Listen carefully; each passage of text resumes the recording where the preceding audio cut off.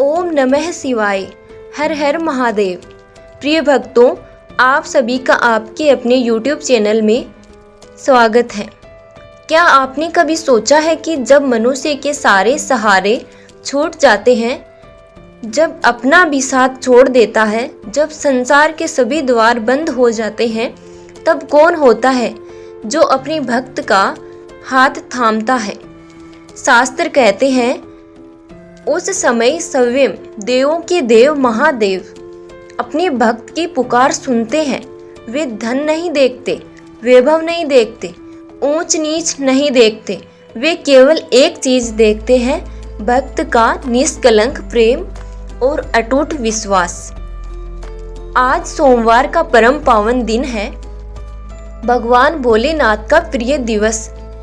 आज हम आपको एक ऐसी अद्भुत, सत्य और हृदय को स्पर्श करने वाली कथा सुनाने जा रहे हैं, जिसे सुनने मात्र से मन में भक्ति का दीपक प्रज्वलित हो उठता है। यह कथा केवल एक गरीब ब्राह्मण की नहीं है, यह कथा है विश्वास की। यह कथा है उस भक्ति की जो मृत्यु के भय को भी पराजित कर देती है। यह कथा है उस कृपा की जिसने स्वयं महादेव अपने भक्त की लाज रखने के लिए धरती पर अवतरित हो जाते हैं। हो सकता है आज इस कथा का कोई एक वचन आपके जीवन की दिशा बदल दे। इसलिए पूरे श्रद्धा भाव से बैठिए, मन को शांत कीजिए, भगवान शिव का स्मरण कीजिए और सच्चे हृदय से बोलिए, हर हर महादेव। बहुत समय पहले आर्यवर्त के उत्तर दिशा में पर्वतों और घने वनों से घिरा एक रमणीय गांव था, जिसका नाम था बिल्वग्राम। उस गांव का नाम ही उसकी पहचान था, क्योंकि वहां चारों ओर बेल के विशाल वृक्ष लहलहाते थे। वर्षा ऋतु में पूरा गांव हरियाली की चादर ओढ़ लेता, वसंत में फूलों की सुगंध वातावरण को महका देती और प्रातः काल पक्षियों का मधुर कलरव ऐसा प्रतीत होता मानो स्वयं देवगण भगवान शिव की स्तुति कर रहे हों। गांव के बाहर एक छोटी सी पहाड़ी थी। उस पहाड़ी की चोटी पर बिना किसी भव्य मंदिर के खुले आसमान के नीचे एक अत्यंत प्राचीन शिवलिंग स्थापित था। गांव के बुजुर्ग कहते थे कि यह शिवलिंग किसी मनुष्य ने नहीं बनाया था, बल्कि स्वयंभू रूप में प्रकट हुआ था। प्रतिदिन सूर्योदय से पहले गांव के स्त्री पुरुष उस पहाड़ी पर पहुंचते, नदी से लाया गया जल चढ़ाते, बेल पत्थर अर्पित करते और फिर अपने अपने कार्य पर निकल जाते। उसी बिल्वग्राम में रहता था एक वृद्ध ब्राह्मण, हरिदत्त। उसके पास न खेत था, न धन, न परिवार और न कोई सहारा। मिट्टी और घास फूस से बनी छोटी सी कुटिया ही उसका संसार थी। वर्षों पहले उसकी पत्नी और एकमात्र पुत्र महामारी में चल बसे थे। उस दिन के बाद उसने संसार से कोई शिकायत नहीं की। उसने अपने आंसू भगवान शिव के चरणों में अर्पित कर दिए और शेष जीवन उनकी सेवा में समर्पित कर दिया। हरिदत्त का नियम था कि ब्रह्म मुहूर्त से पहले उठना, नदी में स्नान करना, अपने हाथों से शिवलिंग की सफाई करना, ताजे बेलपत्र लाना, जलाभिषेक करना और फिर घंटों ओम नमः शिवाय का जप करना। उसकी आयु 80 वर्ष के आसपास पहुंच चुकी थी।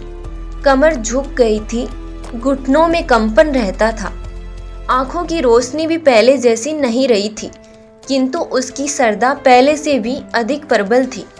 लोग कहते थे, इतनी उम्र में भी यह बाबा रोज पहाड़ी कैसे चढ़ जाते हैं? लेकिन हरिदत्त मुस्कुराकर केवल इतना कहता, जिसे महादेव बुला ले उसके लिए पहाड़ भी समतल हो जाता है। पूजा समाप्त होने के बाद वह गांव में भिक्षा मांगने निकलता है। कभी किसी घर से 2 रोटियां मिल जाती, कभी एक मुट्ठी चावल, तो कभी कुछ भी नहीं मिलता। जिस दिन भोजन मिलता, वह पहले उसका थोड़ा भाग गाय, कुत्ते और पक्षियों के लिए रखता, फिर शिवजी को भोग लगाकर स्वयं ग्रहण करता। जिस दिन कुछ नहीं मिलता उस दिन केवल जल पीकर ओम नमः शिवाय का जप करते हुए सो जाता।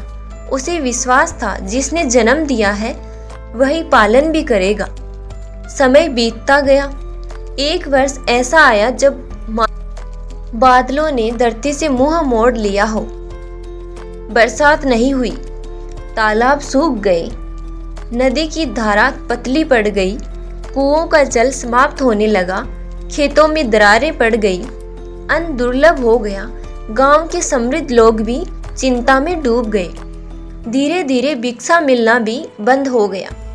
लगातार 3 दिन तक हरिदत्त के मुख में अन्न का एक दाना भी नहीं गया।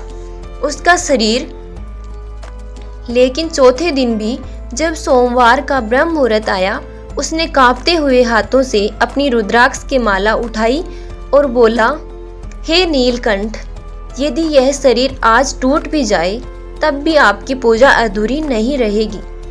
इतना कहकर वह दीवार का सहारा लेकर उठा। उसने अपना पुराना तांबे का लोटा उठाया, कंधे पर फटा हुआ अंगोछा रखा और डगमगाते कदमों से उस पहाड़ी की ओर चल पड़ा जहां उसके प्राणों के स्वामी भगवान शिव उसकी प्रतीक्षा कर रहे थे। रात का अंतिम प्रहर समाप्त होने को था।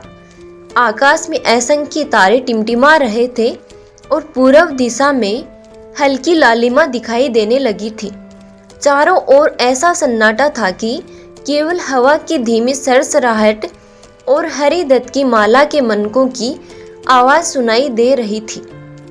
कमजोरी के कारण उसका शरीर बार बार डगमगा रहा था, पर उसके होठों पर निरंतर एक ही मंत्र गूंज रहा था, ओम नमः शिवाय, ओम नमः शिवाय। कुछ ही देर में वह नदी के किनारे पहुंचा। जिस नदी का निर्मल जल कभी पूरे बिल्वा ग्राम की जीवन रेखा था, आज वहां केवल सूखी रेत और फटी हुई धरती दिखाई दे रही थी। हरिदत्त कुछ क्षण उस दृश्य को निहारता रहा। उसकी आंखें भर आई। उसने दोनों हाथ जोड़कर आकाश की ओर देखा और बोला, प्रभु, यदि यह आपकी लीला है तो आपका सेवक इसे भी प्रसाद मानकर स्वीकार करता है। लेकिन आज सोमवार है, आपके अभिषेक के बिना यह दिन कैसे बीतेगा। इतना कहकर उसने अपने बूढ़े हाथों से सूखी रेत हटानी शुरू कर दी। पहले एक मुट्ठी, फिर दूसरी, फिर तीसरी। रेत के नीचे कठोर मिट्टी थी, मिट्टी के नीचे छोटे छोटे पत्थर। उसकी उंगलियों की त्वचा छिलने लगी, नाखून टूटने लगे, हथेलियों से रक्त की बूंदें निकलकर रेत में समाने लगी। लेकिन हरिदत्त रुका नहीं। लगभग आधे घंटे के अथक प्रयास के बाद मिट्टी में हल्की नमी दिखाई दी। उसने सावधानी से उस स्थान को और गहरा किया। धीरे धीरे कुछ बूंदें रिस कर बाहर आने लगी। उसने उन बूंदों को अपने तांबे के लोटे में एक एक करके इकट्ठा करना शुरू किया। काफी समय बाद लोटे के तले में थोड़ा सा जल इकट्ठा हुआ। वह जल पूरी तरह स्वच्छ नहीं था, उसमें मिट्टी लगी हुई थी। लेकिन हरिदत्त की आंखों में आनंद छलक उठा। उसने उस लोटे को अपने मस्तक से लगाया और बोला, भोलेनाथ, यह गंगा जल नहीं, लेकिन इसमें आपके दास का प्रेम मिला है। कृपा करके इसे स्वीकार कीजिए। अब उसे बेलपत्र चाहिए थे। वह जंगल की ओर चल पड़ा, लेकिन अकाल की मार वहां भी साफ दिखाई दे रही थी। अधिकांश बेल के वृक्ष सूख चुके थे। जहां कभी हरे भरे पत्ते लहराते थे, वहां अब केवल सूखी टहनियां बची थी। हरिदत्त एक वृक्ष से दूसरे वृक्ष तक जाता रहा। घंटों बीत गए। सूरज की तपिश बढ़ती जा रही थी। उसकी सांसें तेज चलने लगी। तभी उसकी नजर दूर पहाड़ी की चट्टानों के बीच खड़े एक पुराने बेल वृक्ष पर पड़ी। वृक्ष लगभग सूख चुका था, लेकिन सबसे ऊंची डाल पर 3 हरे बेल पत्र अब भी लहरा रहे थे। हरिदत्त के चेहरे पर मुस्कान आ गई। उसने मन ही मन शिव का स्मरण किया और धीरे धीरे चट्टानों पर चढ़ना शुरू किया। पत्थर गर्म थे, कांटे पैरों में चुभ रहे थे। 2 बार उसका पैर फिसला, वह नीचे गिरा। कोहनी और घुटनों से रक्त बहने लगा, लेकिन उसके होठों पर शिकायत नहीं, केवल शिव का नाम था। तीसरे प्रयास में वह किसी प्रकार उस डाल तक पहुंचा। उसने अत्यंत सावधानी से तीनों बेल पत्थर तोड़े, उन्हें अपने अंगोछे में लपेटकर सीने से लगा लिया, मानो कोई अमूल्य रत्न प्राप्त हो गया हो। अब वह पहाड़ी पर स्थित शिवलिंग की ओर चल पड़ा। सूर्य मध्य आकाश में पहुंच चुका था। भीषण गर्मी के कारण उसके कदम लड़खड़ाने लगे। शिवलिंग अब कुछ ही दूरी पर था, लेकिन अचानक उसकी आंखों के सामने अंधेरा छा गया। उसका शरीर संतुलन खो बैठा, वह जमीन पर गिर पड़ा। लोटा उसके हाथ से छूट गया, उसका हृदय धड़क उठा। कांपते हुए उसने लोटे की ओर देखा। सौभाग्य से अधिकांश जल सुरक्षित था। उसने बड़ी कठिनाई से लोटा उठाया, घुटनों के बल रेंगते हुए शिवलिंग के पास पहुंचा। शिवलिंग धूल से ढका हुआ था। हरिदत्त ने अपने फटे अंगोछे से उसे प्रेम पूर्वक साफ किया, फिर कांपते हाथों से थोड़ा सा जल अर्पित किया। उसकी आंखों से आंसू बहने लगे। वह बर्राई आवाज में बोला, हे आशुतोष, आज आपका सेवक दूध नहीं ला सका, चंदन नहीं ला सका, पुष्प भी नहीं ला सका, केवल यह थोड़ा सा जल और 3 बेल पत्थर लाया हूँ। यदि मेरी भक्ति में सच्चाई हो तो इसे स्वीकार कर लीजिए प्रभु। उसने एक एक करके तीनों बेल पत्थर शिवलिंग पर अर्पित किए, फिर अपना मस्तक शिवलिंग पर रख दिया। उसकी आंखें बंद हो गई। सारा वातावरण अद्भुत शांति से भर गया। अचानक दूर कहीं से घोड़ों के तेज दौड़ने की आवाज आने लगी। धूल का एक विशाल बादल पहाड़ी की ओर बढ़ रहा था। सैनिकों के नगाड़े गूंज रहे थे। राज चिन्ह वाला ध्वज हवा में लहरा रहा था। बिलवा ग्राम के लोगों ने दूर से ही पहचान लिया, महाराज वीर केतु अपनी सेना के साथ आ रहे हैं। लेकिन किसी को यह पता नहीं था कि अगले कुछ क्षणों में एक ऐसा प्रसंग घटने वाला है जो सदियों तक भगवान शिव की महिमा के रूप में सुनाया जाएगा। घोड़ों की टापों की गूंज अब बिल्कुल निकट आ चुकी थी।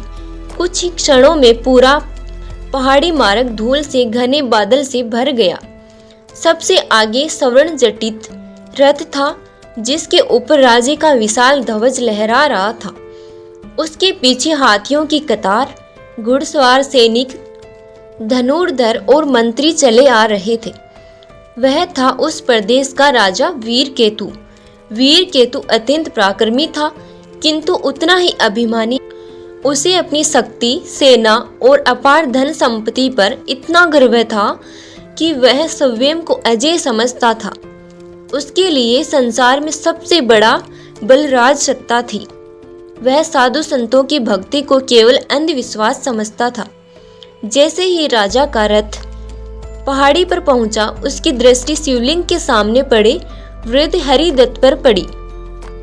उसने देखा कि एक कृष्णकाय बूढ़ा ब्राह्मण फटे वस्त्रों में रक्त रंजित हाथों के साथ शिवलिंग से लिपटा बैठा है। राजा ने व्यंग्य से मुस्कुराते हुए रथ रुकवाया। देखो, उसने मंत्रियों से कहा, यह वही लोग हैं जो अपने जीवन की सारी शक्ति एक पत्थर के सामने नष्ट कर देते हैं और फिर भाग्य को दोष देते हैं। राजा की बात सुनकर कई सैनिक हंस पड़े। कुछ मंत्री भी उसकी हाँ में हाँ मिलाने लगे। राजा धीरे धीरे शिवलिंग के समीप पहुंचा। उसने वृद्ध हरिदत्त को ऊपर से नीचे तक देखा, फिर कठोर स्वर में बोला, बाबा, इस सूखे पड़े पत्थर से तुम्हें क्या मिला? वर्षों से इसकी पूजा कर रहे हो, फिर भी तुम्हारे पास न भोजन है, न वस्त्र, न परिवार और न ही सम्मान। यदि यही तुम्हारा भगवान है तो उसने तुम्हें इतनी दरिद्रता क्यों दी? हरिदत्त ने धीरे धीरे अपनी आंखें खोली।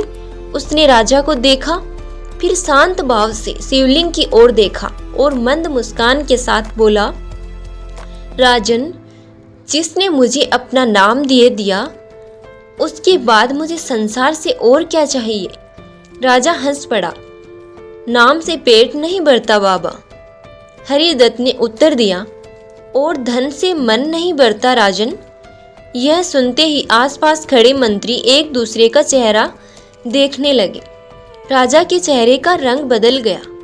उसका अहंकार पहली बार किसी ने इतनी सहजता से चुनौती दी थी। वह कुछ क्षण मौन रहा, फिर ऊंचे स्वर में बोला, यदि तुम्हारा महादेव सचमुच सर्वशक्तिमान है तो इस अकाल को भी समाप्त क्यों नहीं कर देता। प्रजा भूखी मर रही है, खेत सूख चुके हैं, तुम्हारा भगवान कहाँ है। हरिदत्त ने अत्यंत विनम्रता से उत्तर दिया, महादेव कभी अपने भक्तों की परीक्षा लेते हैं तो कभी उनके धैर्य की, लेकिन जो अंत तक विश्वास नहीं छोड़ता उसे वे कभी निराश नहीं करते। राजा ने क्रोध में अपनी तलवार म्यान से बाहर निकाल ली। उसकी चमचमाती धार सूर्य की किरणों में चमक उठी। वह शिवलिंग के बिल्कुल सामने आकर बोला, अच्छा तो आज मैं देखता हूँ तुम्हारे महादेव की शक्ति। सैनिकों ने सांस रोक ली। मंत्री भयभीत होकर एक दूसरे को देखने लगे, लेकिन हरिदत्त बिल्कुल शांत बैठा रहा। उसकी आंखें बंद थी, होठों पर केवल शिव नाम था। राजा ने ऊंचे स्वर में घोषणा की, सुनो सुनो बिल्वा ग्राम के लोगों, मैं आज सूर्यास्त तक प्रतीक्षा करूंगा। यदि इस सूखी धरती पर वर्षा की एक बूंद भी नहीं गिरी, यदि इस शिवलिंग से कोई चमत्कार नहीं हुआ, तो मैं इसी तलवार से इसे खंड खंड कर दूंगा और इस पहाड़ी पर शिव की पूजा सदा के लिए बंद कर दूंगा। यह सुनते ही गांव वालों के चेहरे पीले पड़ गए। कुछ स्त्रियां रोने लगी, बच्चे भय से अपनी माताओं से लिपट गए। लेकिन हरिदत्त ने धीरे धीरे अपने दोनों हाथ जोड़कर केवल इतना कहा, राजन, पत्थर को तोड़ा जा सकता है लेकिन श्रद्धा को नहीं। यदि मेरी भक्ति सच्ची है तो मेरे भोलेनाथ स्वयं आपकी शंका का समाधान करेंगे। इतना कहकर उसने अपनी आंखें बंद कर ली। वह फिर से गहरे ध्यान में लीन हो गया। उसके मुख से धीमे धीमे केवल एक ही मंत्र निकल रहा था, ओम नमः शिवाय, ओम नमः शिवाय, ओम नमः शिवाय। धीरे धीरे वातावरण बदलने लगा। अब तक तपती हुई गर्म हवा अचानक शांत हो गई। बरगद के सूखे पत्ते बिना हवा के ही हिलने लगे। आकाश में कहीं दूर बादलों की हल्की गर्जना सुनाई दी। राजा ने आकाश की ओर देखा। उसके चेहरे पर पहली बार हल्की बेचैनी दिखाई दी, लेकिन उसने स्वयं को संभालते हुए कहा, यह केवल संयोग है, इससे अधिक कुछ नहीं। उसे क्या पता था कि आने वाले कुछ ही क्षण उसके जीवन का सबसे बड़ा सत्य प्रकट करने वाले थे। बरगद के विशाल वृक्ष के नीचे एक विचित्र निस्तब्धता छा गई। कुछ क्षण पहले तक जो तपती हुई लू पूरे वातावरण को झुलसा रही थी, वह अचानक शांत हो गई। हवा का एक शीतल झोंका आया और शिवलिंग पर अर्पित वे 3 बेलपत्तर धीरे धीरे हिलने लगे। ऐसा लगा मानो कोई अदृश्य शक्ति उन्हें स्पर्श कर रही हो। राजा वीर केतु ने चारों ओर दृष्टि दौड़ाई। उसने आकाश की ओर देखा। सूर्य अब भी प्रचंड तेज से चमक रहा था। बादल दूर दूर तक दिखाई नहीं दे रहे थे। राजा के चेहरे पर फिर वही अहंकार लौट आया। वह ऊंचे स्वर में बोला, देखा, कुछ भी नहीं हुआ। यह सब तुम्हारे मन का भ्रम है। प्रकृति अपनी नियम से चलती है, किसी बूढ़े ब्राह्मण के आंसुओं से नहीं। हरिदत्त ने धीरे से अपनी आंखें खोली। उसके चेहरे पर न क्रोध था न भय। वह मुस्कुराया और बोला, राजन, बीज बोने के तुरंत बाद वृक्ष नहीं उगता। प्रभु की लीला भी अपने समय पर प्रकट होती है। धैर्य रखिए। राजा ने उपहास करते हुए कहा, अच्छा तो अब तुम्हारा भगवान समय की प्रतीक्षा कर रहा है। हरिदत्त ने उत्तर दिया, नहीं राजन, भगवान कभी देर नहीं करते, वे केवल सही समय चुनते हैं। इतने में राजा का सेनापति तेजी से दौड़ता हुआ आया। उसने झुककर कहा, महाराज, राज्य के पश्चिमी भाग से दूत आया है। कई गांव में लोग पानी के अभाव में अपने घर छोड़कर जा रहे हैं। यदि शीघ्र वर्षा नहीं हुई तो स्थिति और भी भयानक हो जाएगी। राजा कुछ क्षण गंभीर हो गया, लेकिन अगले ही पल उसने संयम को संभाल लिया। चिंता मत करो, उसने कहा, हम दूसरे राज्यों से अन्न और जल मंगवा लेंगे। हरिदत्त ने यह बात सुनी। उसने करुणा से कहा, राजन, भूख केवल अन्न से नहीं मिटती, प्रजा को आशा भी चाहिए। जब शासक का हृदय कठोर हो जाता है तब धरती भी सूखने लगती है। यह सुनते ही राजा का धैर्य टूट गया। उसने तलवार को म्यान से बाहर निकाला और शिवलिंग के ठीक सामने आकर बोला, बस बहुत हो गया, मैं सूर्यास्त तक प्रतीक्षा करूंगा। यदि तब तक तुम्हारे महादेव ने कोई संकेत नहीं दिया तो सबसे पहले इस शिवलिंग को तोड़ूंगा और उसके बाद पूरी राज्य में इसकी पूजा पर प्रतिबंध लगा दूंगा। गांव वालों में भय फैल गया। कई लोग हाथ जोड़कर राजा से विनती करने लगे, महाराज, ऐसा मत कीजिए, यह हमारे पूर्वजों की आस्था है, भगवान का अपमान मत कीजिए। लेकिन राजा किसी के सुनने को तैयार नहीं था। उधर हरिदत्त ने धीरे धीरे अपनी रुद्राक्ष की माला हाथ में ली।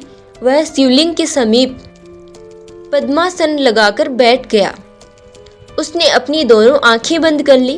अब उसकी सांसें अत्यंत धीमी हो गई थी। चारों ओर बैठे लोगों का ऐसा अनुभव होने लगा कि मानो उसके शरीर से अद्भुत शांति की तरंगें निकल रही। वह पूरी तन्मयता से महामृत्युंजय मंत्र का जप करने लगा। मंत्र की ध्वनि धीरे धीरे पूरे वातावरण में फैलने लगी। पहले कुछ ग्रामीण भी उसके साथ जप करने लगे। फिर स्त्रियां, बच्चे और वृद्ध भी एक स्वर में शिव नाम का उच्चारण करने लगे। कुछ ही समय में पूरी पहाड़ी हर हर महादेव और ओम नमः शिवाय के जय घोष से गूंज उठी। अचानक शिवलिंग पर रखा सबसे ऊपर का बेलपत्र बिना हवा के स्वयं नीचे गिरा। उसी क्षण मंदिर के पास रखा पुराना पीतल का गंठा, जिसे किसी ने छुआ भी नहीं था, अपने आप बज उठा। टन टन। उसकी ध्वनि इतनी गंभीर थी कि उपस्थित सभी लोग स्तब्ध रह गए। सैनिकों ने घबराकर एक दूसरे की ओर देखा। मंत्रियों के चेहरों का रंग उड़ गया। राजा वीरकेतु भी एक पल के लिए चौंक उठा, लेकिन अगले ही क्षण उसने स्वयं को संभालते हुए कहा, यह संयोग है, केवल संयोग। हरिदत्त ने आंखें नहीं खोली। उसके चेहरे पर अद्भुत तेज फैल चुका था। वह पहले से भी अधिक एकाग्र होकर शिव का ध्यान करता रहा। उसे पूर्ण विश्वास था अब उसके आराध्य मौन नहीं रहेंगे। और सचमुच उसी समय दूर हिमालय की दिशा से आकाश में कुछ ऐसा घटित होना प्रारंभ हुआ जिसे देखकर स्वयं प्रकृति भी एक नए इतिहास के साक्षी बनने वाली थी। बरगद के सामने बैठे सभी लोगों की दृष्टि अब आकाश पर टिकी हुई थी। घंटे की वह रहस्यमयी ध्वनि धीरे धीरे पूरे वातावरण में विलीन हो गई, लेकिन लोगों के हृदय की धड़कन पहले से कहीं अधिक तेज हो चुकी थी।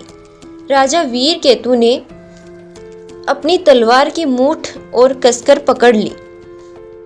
वह मन ही मन सोचने लगा, मैं एक राजा हूँ, मैं किसी संयोग से भयभीत नहीं हो सकता। किंतु उसके मन के भीतर कहीं एक हल्की सी आशंका जन्म ले चुकी थी। उधर हरिदत्त का जप निरंतर चलता रहा। उसके नेत्र बंद थे, चेहरे पर अद्भुत तेज था। ऐसा प्रतीत होता था मानो उसके चारों ओर कोई अदृश्य से दिव्य आभा फैल गई हो। तभी आकाश में एक लंबी गर्जना सुनाई दी, लेकिन आश्चर्य की बात यह थी कि बादल अभी भी दिखाई नहीं दे रहे थे। गर्जना दूसरी बार हुई। इस बार पहाड़ी की चट्टानें तक हल्की हल्की कांप उठी। सैनिकों के घोड़े बेचैन होकर हिनहिनाने लगे। हाथी अपनी सूंड उठाकर इधर उधर देखने लगे। पेड़ों पर बैठे पक्षी अचानक उड़ गए। पूरा वातावरण किसी अदृश्य शक्ति की उपस्थिति का संकेत दे रहा था। राजा ने ऊंचे स्वर में कहा, डरो मत, यह केवल प्राकृतिक घटना है। किंतु उसके अपने शब्दों में पहले जैसा आत्मविश्वास नहीं था। उसी समय एक वृद्ध साधु, जो कई दिनों से मौन व्रत में उसी पहाड़ी के समीप एक गुफा में तप कर रहे थे, धीरे धीरे बाहर आए। उनकी लंबी जटाएं कंधों तक लटक रही थी। माथे पर भस्म का त्रिपुंड था। हाथ में कमंडल और रुद्राक्ष की माला थी। गांव के लोगों ने उन्हें देखते ही आदरपूर्वक प्रणाम किया। साधु ने शांत दृष्टि से हरिदत्त को देखा, फिर राजा की ओर देखकर बोले, राजन, जिस भक्ति का तुम उपहास कर रहे हो वह साधारण नहीं है। यह वृद्ध वर्षों से बिना किसी स्वार्थ के शिव की सेवा कर रहा है। ऐसे भक्त की पुकार कभी व्यर्थ नहीं जाती। राजा ने मुस्कुराकर उत्तर दिया, महात्मन, यदि ऐसा है तो आज मैं भी देखना चाहता हूँ कि भक्ति बड़ी है या मेरा राजबल। साधु ने गंभीर स्वर में कहा, राजबल मनुष्यों पर चलता है राजन, लेकिन ईश्वर की इच्छा संपूर्ण सृष्टि पर चलती है। यह सुनकर राजन मौन हो गए। उसी समय अचानक एक तीव्र सुगंध पूरे वातावरण में फैलने लगी। वह किसी सामान्य पुष्प की सुगंध नहीं थी। उसमें चंदन, धूप और बिल्वा पत्र की दिव्य महक एक साथ अनुभव हो रही थी। लोग आश्चर्य से चारों ओर देखने लगे। अकाल के कारण जहां महीनों से कोई पुष्प नहीं खिला था, वहीं शिवलिंग के चारों ओर सूखी धरती की दरारों के बीच छोटे छोटे सफेद पुष्प खिलने लगे। एक बालक आश्चर्य से चिल्लाया, माँ देखो, यहाँ फूल उग आए। सबकी दृष्टि उसी ओर चली गई। राजा स्वयं आगे बढ़ा। उसने झुककर उन पुष्पों को देखा। वे बिल्कुल ताजे थे, मानो अभी अभी धरती से निकले हों।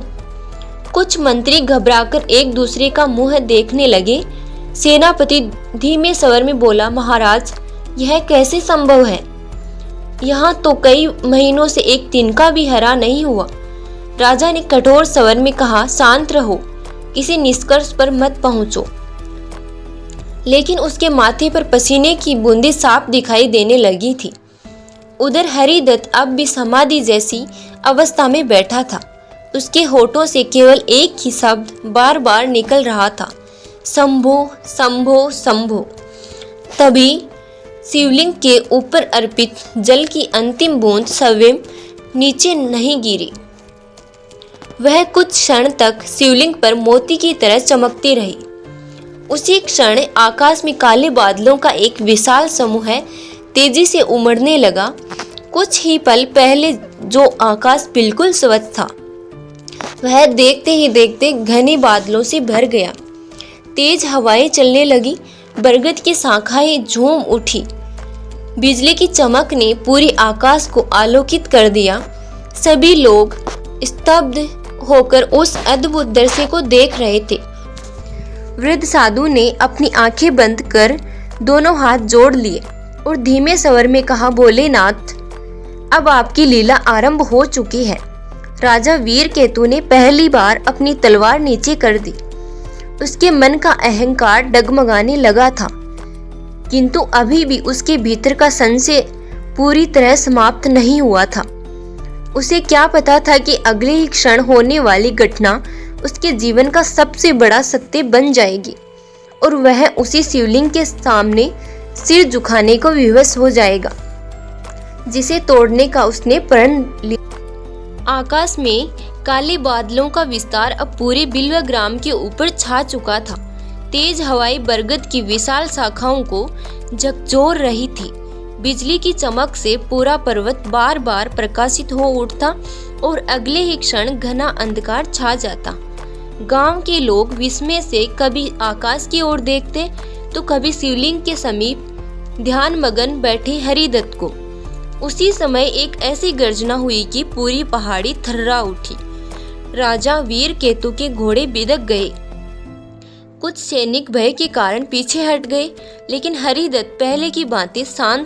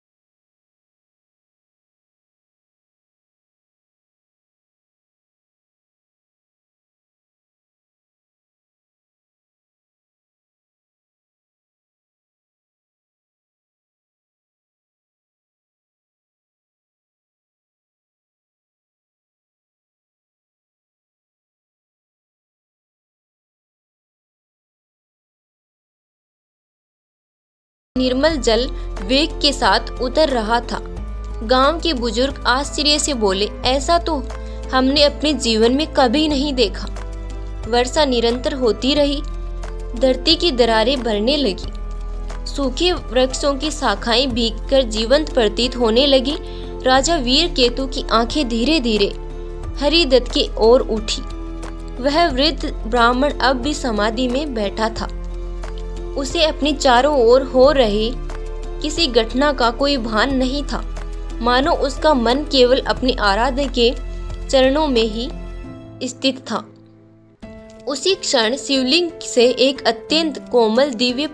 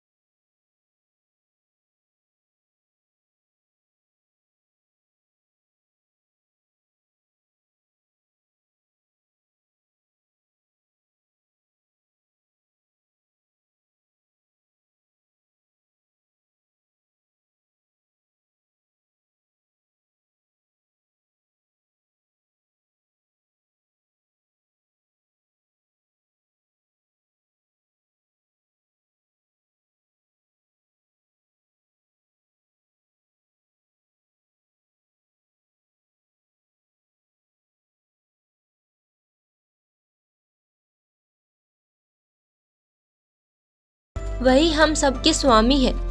राजा की आंखों से पश्चाताप के आंसू रुक नहीं रहे थे। उसी क्षण उसने संकल्प लिया, आज से इस पहाड़ी पर भव्य शिवालय का निर्माण होगा। राज्य का कोई भी व्यक्ति भूखा नहीं सोएगा। प्रत्येक सोमवार को अन्नदान और जल की सेवा की जाएगी और मैं स्वयं सबसे पहले आकर भगवान शिव का जलाभिषेक करूंगा। इतना सुनते ही समस्त ग्रामवासी एक स्वर में गूंज उठे, हर हर महादेव, हर हर महादेव। वर्षा की बूंदें, शिव नाम का जय घोष और भक्त के आंसू तीनों मिलकर उस दिन बिल्वा ग्राम को साक्षात शिवमय बना चुके थे। मूसलाधार वर्षा कई घंटों तक होती रही। सूखी धरती ने जैसे फिर से जीवन पा लिया। खेतों की दरारें भरने लगी, तालाबों में जल इकट्ठा होने लगा और वह नदी जो कुछ समय पहले तक केवल रेत का मैदान थी, अब कल कल करती हुई बहने लगी। बिल्वा ग्राम के लोगों के चेहरों पर महीनों बाद मुस्कान लौट आई। हर कोई एक ही बात कह रहा था, महादेव ने अपने भक्त की लाज रख ली। राजा वीरकेतु ने उसी क्षण अपने महामंत्री को आदेश दिया, आज से राज्य का पहला कार्य प्रजा की सेवा होगा। सभी अन्न भंडार खोल दिए जाएं। कोई भी परिवार भूखा नहीं रहेगा। जिन किसानों की फसल नष्ट हुई है उन्हें राजकोष से सहायता दी जाए। प्रत्येक गांव में कुएं और तालाब बनवाए जाएं ताकि भविष्य में कोई अकाल लोगों को विवश न कर सके। मंत्री ने हाथ जोड़कर कहा, जैसी आज्ञा महाराज। इसके बाद राजा स्वयं हरिदत्त के पास पहुंचा। उसने विनम्र स्वर में कहा, बाबा, मैं आपके लिए एक विशाल भवन बनवाना चाहता हूँ। अब आपको कभी अभाव में नहीं रहना पड़ेगा। हरिदत्त मुस्कुराए। उन्होंने धीरे से उत्तर दिया, राजन, जिस व्यक्ति का घर स्वयं महादेव का चरण हो उसे किसी महल की आवश्यकता नहीं होती। यदि सचमुच मेरी बात मानना चाहते हो तो इस धन को गरीबों, असहायों, गौ सेवा और अन्नदान में लगाइए। वही मेरी सबसे बड़ी सेवा होगी। राजा की आंखें फिर भर आई। कुछ ही महीनों में उसी पहाड़ी पर एक सुंदर शिव मंदिर का निर्माण आरंभ हुआ। पूरे राज्य के कारीगर दिन रात सेवा में जुट गए। किसी ने पत्थर दान दिए, किसी ने लकड़ी, किसी ने श्रम तो किसी ने धन। मंदिर पूर्ण होने के दिन राजा वीरकेतु ने सबसे पहला जलाभिषेक हरिदत्त के हाथों से करवाया। उस दिन हजारों भक्तों ने हर हर महादेव का जय घोष किया। पूरे राज्य में अन्नदान हुआ, गौ सेवा हुई और गरीबों को वस्त्र वितरित किए गए। समय अपनी गति से चलता रहा। हरिदत्त अब पहले से भी अधिक शांत रहने लगे थे। उनकी आयु बहुत अधिक हो चुकी थी, लेकिन उनके चेहरे का तेज प्रतिदिन बढ़ता जा रहा था। एक सोमवार की ब्रह्म मुहूर्त बेला में वे हमेशा की तरह स्नान करके मंदिर पहुंचे। उन्होंने शिवलिंग का जलाभिषेक किया, बेलपत्र अर्पित किए, महामृत्युंजय मंत्र का जप किया। फिर दोनों हाथ जोड़कर बोले, हे भोलेनाथ, आपने इस दास पर असीम कृपा की। अब मेरी एक ही प्रार्थना है, जब तक मैं इस संसार में आपका नाम गूंजता रहे तब तक भक्तों की आस्था कभी कम न हो। जो भी सच्चे मन से सोमवार का व्रत करे, शिव कथा सुने और किसी भूखे को भोजन कराए, उसके जीवन से संकट दूर हो और उसके घर में सदैव सुख, शांति और सद्बुद्धि का वास रहे। इतना कहकर हरिदत्त ध्यान में लीन हो गए। मंदिर में उपस्थित लोगों ने देखा कि उनके चेहरे पर एक दिव्य मुस्कान फैल गई है। उसी समय मंदिर की घंटियां बिना किसी के स्पर्श के स्वयं बज उठी। चारों ओर चंदन और बिल्व पत्थर की अद्भुत सुगंध फैल गई। जब लोगों ने हरिदत्त को पुकारा तब तक उनका शरीर शांत हो चुका था। ऐसा प्रतीत हो रहा था मानो वे ध्यान करते करते स्वयं महादेव के श्री चरणों में विलीन हो गए हों। राजा वीरकेतु ने स्वयं उनके अंतिम संस्कार की व्यवस्था की और मंदिर के समीप उनकी स्मृति में एक छोटा सा स्मारक बनवाया, जहां आज भी लोग श्रद्धालु से दीप जलाते और शिव नाम का स्मरण करते थे। प्रिय भक्तों, इस कथा का संदेश अत्यंत सरल है। भगवान शिव को सोना, चांदी, महंगे आभूषण या भव्य चढ़ावे नहीं चाहिए। उन्हें चाहिए सच्चा मन, निष्काम भक्ति, करुणा, सेवा और अटूट विश्वास। यदि परिस्थितियां कठिन हो तब भी शिव नाम मत छोड़िए। यदि जीवन में दुख आए तब भी विश्वास मत छोड़िए, क्योंकि जब संसार के सभी द्वार बंद हो जाते हैं तब महादेव अपनी कृपा का एक नया द्वार अवश्य खोलते हैं। आइए अंत में पूरे श्रद्धा भाव से एक बार मिलकर बोले, हर हर महादेव, ओम नमः शिवाय।